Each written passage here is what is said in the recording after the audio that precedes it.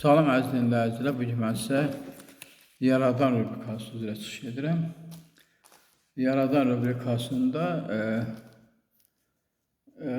ilk mövzumuz belədir: İnam və həyat çətinlikləri. İnsan həyatı müxtəlif sevinç və uğurlarla yanaşı, çətinliklər, problemlər və sınaqlarla da zəngindir. Hər bir insanın həyatının müəyyən dövrlərində maddi sıxıntılar, xəstəliklər, uğursuzluqlar, yaxınlarını itirmə və yaxud da digər çətin vəziyyətlərlə qarşılaşa bilər. Belə anlarda insanın mənəvi gücü, iradəsi və həyata baxışı xüsusi əhəmiyyət qazanır. İnam insanın çətinliklər qarşısında dayanıqlı olmasına, ümidini itirməməsinə və gələcəyə inamla baxmasına kömək edən mühüm mənəvi dəyərlərdən biridir. İnam dedikdə insanın Allahın varlığına, ilahi ədalətə və həyatın mənalı olduğuna olan etiqadı nəzərdə tutulur. İmanlı insan baş verən hadisələrin müəyyən hikmətə malik olduğuna inanır və qarşılaşdığı çətinlikləri həyatın bir hissəsi kimi qəbul etməyə çalışır. Bu baxış tərzi ona problemlərlə mübarizə aparmaq üçün mənəvi güc verir. İnam insanın daxilində ümid hissini qoyur və onu ümidsizlikdən uzaq saxlayır. Həyat çətinlikləri hər bir insan üçün fərqli formada özünü göstərir. Bəzən insan təhsilində yaxud da iş həyatında uğursuzluqla qarşılaşır. Bəzən isə sağlamlıq problemləri və ailə qayğıları yaşayır. Belə hallarda bəzi insanlar ruhdan düşür, özünə inamını itirir və çıxış yolu tapmağa çətinlik çəkirlər. İnam isə insanın daxili dünyasında möhkəmlik yaradır və ona çətin vəziyyətlərdə səbirli olmağı öyrədir. İnsan inanır ki, hər bir çətinin sonunda bir asanlıq və hər problemin bir həlli vardır. Dinlərdə də həyatın sınaqlarla dolu olduğu vurğulanır. Müxtəlif dini mənbələrdə insanların çətinliklər vasitəsilə səbir, dözümlük və mənəvi kamillik qazandıqları bildirilir. İmanlı insan çətinliklərlə qarşılaşarkən yalnız öz gücünə deyil, həm də Allahın yardımına güvənir. Bu inam ona ruh yüksəkliyi verir və mübarizəsini davam etdirməyə kömək edir. İnamın insan psixologiyasına da müsbət təsiri vardır. Araşdırmalar göstərir ki, mənəvi dəyərlərə bağlı olan insanlar stres və gərginliklə daha yaxşı mübarizə aparırlar. Onlar həyatın mənfi hadisəsinə daha sakit yanaşır və problemlərin müvəqqəti olduğunu düşünür və gələcəyə daha nikbin baxırlar. İnam insanın daxili rahatlığını artırır, qorxu və narahatlıq hisslərini azaltmağa kömək edir. Bununla yanaşı iman insanı yalnız gözləməyə deyil, həm də fəaliyyət göstərməyə təşviq edir. Dini və əxlaqi dəyərlər insanlara çalışqan olmağı, məsuliyyət daşımağı və problemlər həlli üçün səy göstərməyi öyrədir. Və burada imanlı insan çətinliklər qarşısında təslim olmur, əksinə səbir və əzmlə mübarizə aparır. O bilir ki, uğur qazanmaq üçün həm inanmaq, həm də çalışmaq lazımdır. Tarixdə müasir dövrdə çətin həyat şəraitinə baxmayaraq, böyük uğurlar əldə etmiş insanlar çox olmuşdur. Onların bir çoxu mənəvi dəyərlərə və inama söykənərək qarşılaşdıqları maneələri aşmışlar. Bu nümunələr göstərir ki, insanın daxil inancı onun həyat yolunda mühüm rol oynayır və ona ən ağır vəziyyətlərdə belə güc verə bilər. İnam həm də insanlar arasında həmrəylik və qarşılıqlı yardımı gücləndirir. Çətinlik zamanı insanlar bir-birinə dəstək olduqda problemlərin öhdəsindən gəlmək daha asan olur. Dini və mənəvi dəyərlər insanları xeyirxahlığa, yardımlaşmaya və mərhəmətli olmağa çağırır. Bu xüsusiyyətlər cəmiyyətin daha sağlam və güclü olmasına kömək edir. Nəticə olaraq inam həyatı çətinləri ilə mübarizədə insanın ən böyük mənəvi dayaqlarından biridir. O, insanlara ümid verir, səbirli olmağı öyrədir və gələcək kimi baxmağa kömək edir. İnamlı insan problemlər qarşısında daha dözümlü olur, çətinlikləri inkişaf və təcrübə mənbəyi kimi qiymətləndirir. Buna görə də inam insanın mənəvi həyatının zənginləşməsində və çətin anlarda güc tapmasında mühüm rol oynayır.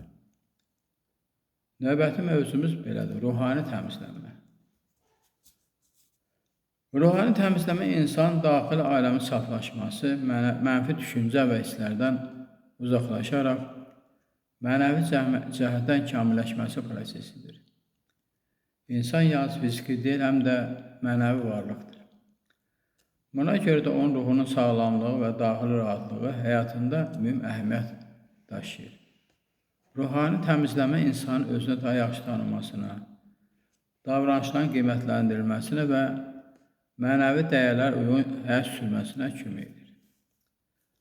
Müxtəlif dinlərdə və fəlsəfi düşüncə sistemlərində ruhani təmizlənməyə xüsusi diqqət yetirilir. Dinlər insanları pis vərdişlərdən, mənfi xüsusiyyətlərdən və günahlardan uzaq durmağa çağırır.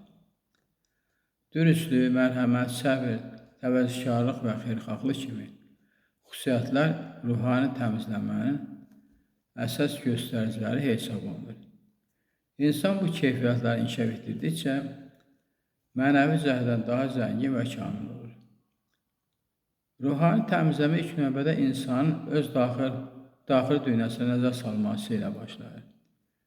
İnsan öz səhvlərini qəbul etməli, mənfi davranışlarını düzəltməyə çalışmalı və vicdan səsinə qulaq asmalıdır. Özünü tanımaq və öz üzərində işləmək ruhani inkişafın vacib şərtlərindəndir. İnsan daxilindəki qəzəb, kin, paxıllıq və nifrət kimi mənfi hissləri aradan qaldırmağa çalışdıqca daha rahatlıq əldə edir. Dua, ibadət və meditasiya ruhların təmizlənməsinin mühüm vasitələrindən hesab olunur. Dini inanclara görə ibadət insanın Allahla mənəvi əlaqəsini gücləndirir və ona daxili sakitlik bəxş edir. Dua edən insan öz hiss və düşüncələrini ifadə edir, mənəvi dəstək tapır və qəlbindəki narahatları azaltmağa çalışır. Meditasiya isə insanın diqqətini cəmləşdirməsinə, daxili tarazlığın qorunmasına və mənfi düşüncələrdən uzaqlaşmasına kömək edir. Ruhani təmizləmədə bağışlanmağın da xüsusi rolu vardır. İnsan bəzən başqalarının davranışlarına inciyir və qəlbində kin saxlayır. Lakin davamlı narazılıq və nifrət insanın daxili rahatlığını pozur. Bağışlama həm qarşı tərəf, həm də insanın özünə xeyir gətirir. Bu, qəlbi mənfi hisslərdən azad edir və mənəvi rahatlıq yaradır. Bir çox dini və əxlaqi təlimlər bağışlanmağı yüksək dəyər kimi qiymətləndirir. Xeyirxah əməllər də ruhani təmizləmə vacib hissəsidir. İnsan ehtiyacı olanlara kömək etdikdə, yaxşılıq etdikdə və başqalarının sevincə səbəb olduqda mənəvi məmnunluq hiss edir. Yardımlaşma, mərhəmət və qayğıkeşlik insanın daxili aləmi zənginləşdirir və onun cəmiyyətlə münasibətlərini möhkəmləndirir. Xeyirxah davranışlar həm fərdi, həm də ictimai səviyyədə müsbət təsirlər yaradır. Müasir dövrdə insanların gündəlik həyatı sürətli və gərgin keçir. İş, təhsil və müxtəlif məsuliyyətlər bəzən insanın mənəvi dünyasına diqqət ayırmasına mane olur. Buna görə də ruhani təmizlənmə daha da əhəmiyyətli hala gəlir. İnsan mənəvi vaxtını öz daxili aləminə ayırmalı, mənəvi dəyərlər üzərində düşünməli və özünü inkişaf etdirməyə çalışmalıdır. Təbiətdə vaxt keçirmək, faydalı kitablar oxumaq və yaxşı insanlarla ünsiyyət qurmaq da ruhani inkişafı dəstəkləyən amillərdəndir. Ruhani təmizləmə insanın həyatına müsbət təsir göstərir. Belə insanlar daha sakit, səbirli və anlayışlı olurlar. Onlar problemlərə daha müdrik yanaşır, çətinliklər qarşısında özlərini itirmir və insanlarla sağlam münasibətlər qururlar. Ruhan zəngin insan həm özünə, həm də ətrafındakilara fayda verməyə çalışır. Nəticə olaraq ruhani təmizlənmə insanın mənəvi inkişafı və daxili rahatlığı üçün vacib bir prosesdir. O, insanı mənfi hisslərdən uzaqlaşdırır, yaxşı xüsusiyyətlərini inkişaf etdirməyə kömək edir və həyatına daha dərin məna qazandırır. Dua, ibadət, bağışlanmaq, xeyirxahlı özünü dərk etmək ruhani təmizləmənin əsas yollarındandır. Mənəvi cəhətdən sağlaşan insan həm öz həyatında, həm də cəmiyyətdə daha müsbət rol oynar və ətrafına xeyir gətirir. İndi isə növbəti mövzumuz belədir. Peyğəmbərlərin həyat dərsləri. Peyğəmbərlər insanlara doğru yol göstərmək, onları yaxşılığa və mənəvi dəyərlərə çağırmaq üçün göndərilmiş müqəddəs şəxsiyyətlər hesab olunurlar. Onların həyatı yalnız dini baxımdan deyil, həm də əxlaqi və mənəvi baxımdan insanlar üçün bir nümunədir. Peyğəmbərlərin həyatında baş verən hadisələr insanlara səbir, dürüstlük, mərhəmət, ədalət və əzm kimi mühüm dəyərləri öyrədir. Buna görə də onların həyat dərsləri əsrlər boyu öz əhəmiyyətini qoruyub saxlamışdır. Peyğəmbərin həyatına öyrənən ən vacib dərslərdən biri səbirdir. Onlar insanları doğru yola dəvət edərkən müxtəlif çətinliklər və maneələrlə qarşılaşmışlar. Buna baxmayaraq, öz missiyalarında vaz keçməmiş və məqsədlərə sadiq qalmışlar. Məsələn, Həzrət-i Nuh uzun illər insanları doğru yola çağırmış, lakin az sayıda insan ona inanmışdır.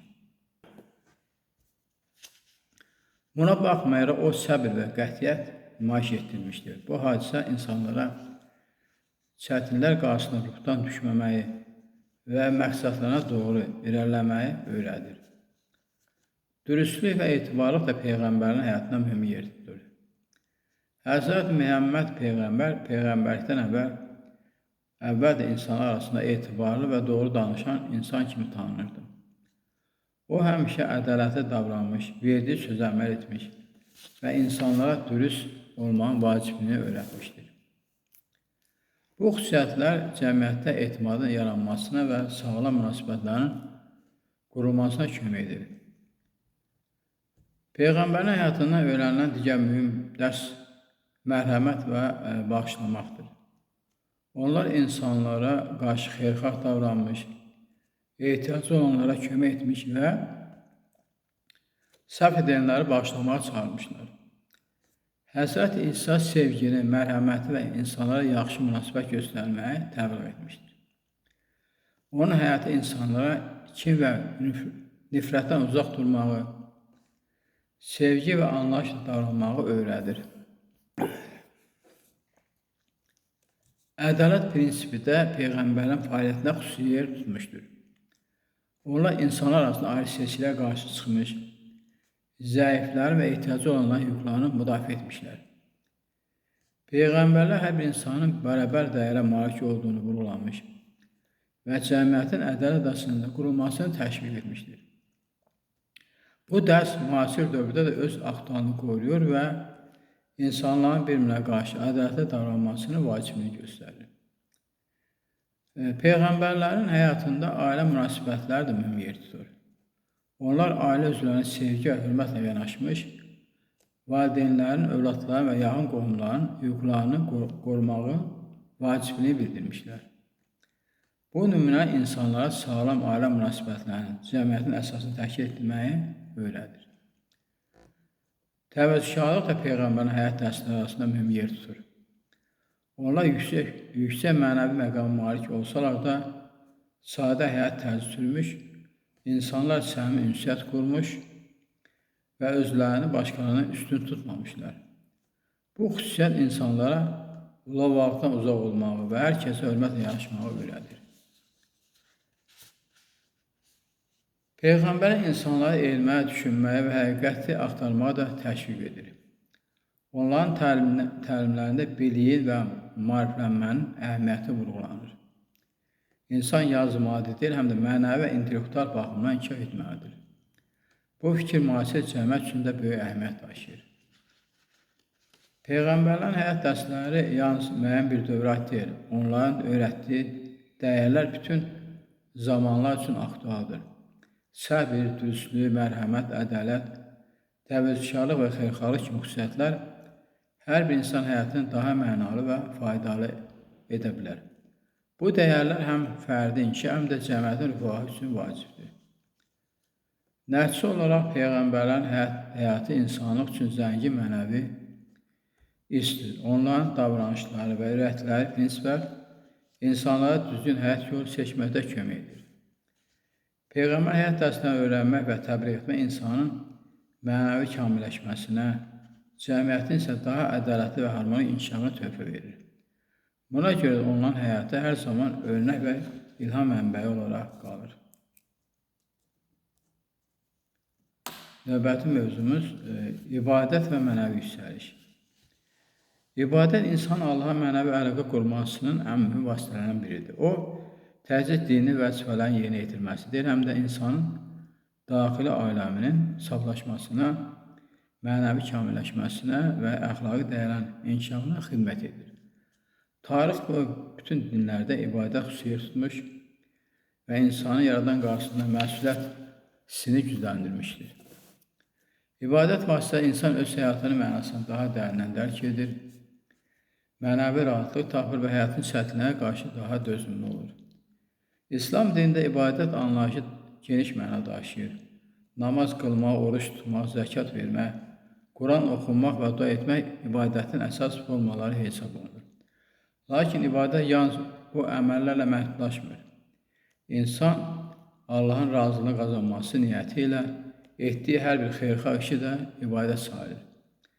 Valideynlərə hörmət etmək, ehtiyacı olanlara kömək göstərmək, dürüst olmaq, elm öyrənmək və insanlara fayda vermək də ibadətin bir hissəsidir. Bu baxımdan ibadət insan həyatının bütün sahələrini əhatə edən mənəvi bir fəaliyyətdir. Mənəvi yüksəliş isə insanın daxili dünyasının zənginləşməsi, əxlaqi keyfiyyətlərin inkişaf etməsi və daha kamil şəxsiyyətə çevrilməsi prosesidir.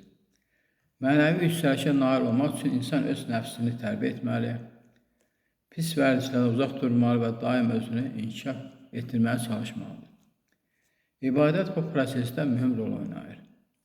Çünki ibadət insanı səbirli, təmkinli, mərhəmətli və məsuliyyətli olmağa təşviq edir. Namaz insanın intizamını artırır, oruç iradəsini möhkəmləndirir, zəkat isə paylaşmaq və yardımlaşmaq hissini gücləndirir. Müasir dövrdə insanların gündəlik həyatı müxtəlif problemlər və qayğılarla doludur. Stres, narahatlıq və mənəvi boşluq bir çox insanın qarşılaşdığı əsas çətinliklərdəndir. Belə bir şəraitdə ibadət insanın mənəvi rahatlıq tapmasına kömək edir. Dua və zikr insanın qəlbinə sakitlik gətirir. Allahın mərhəmətinə olan inamı artırır və ümidsizlik hissini aradan qaldırır. İbadət edən insan özünü tək hiss etmir. Çünki hər zaman Allahın yardımına və dəstəyinə güvənir. İbadətin cəmiyyət üçün böyük əhəmiyyəti vardır. Mənəvi dəyərlərə bağlı insanlar daha dürüst, ədalətli və mərhəmətli olurlar.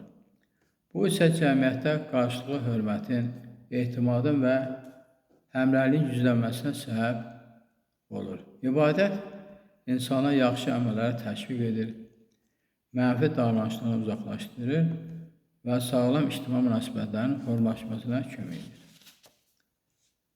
Belə ibadət yalnız fərdi deyil, həm də sosial baxımdan mühüm rol oynayır. Nəticə olaraq ibadət insanın mənəvi həyatının əsas dəyərlərindən biridir. O insanı Allaha yaxınlaşdırır, daxili aləmini saflaşdırır və mənəvi yüksəlişə aparan yolu işıqlandırır. İbadət sayəsində insan həm özünü, həm də ətrafındakı dünyanı daha yaxşı dərk edir, yaxşı əxlaqi keyfiyyətlər qazanır və həyatını daha mənalı şəkildə yaşayır. Buna görə də ibadət və mənəvi yüksəliş bir-birlə sıx bağlı anlayışlar olub, insanın xoşbəxt və kamil həyat sürməsində mühüm əhəmiyyət kəsb edir.